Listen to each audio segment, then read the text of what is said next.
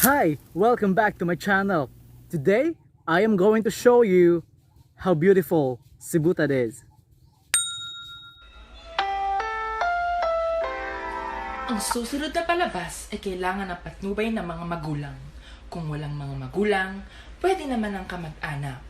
Kung walang kamag-anak, huwag ka na lang manood.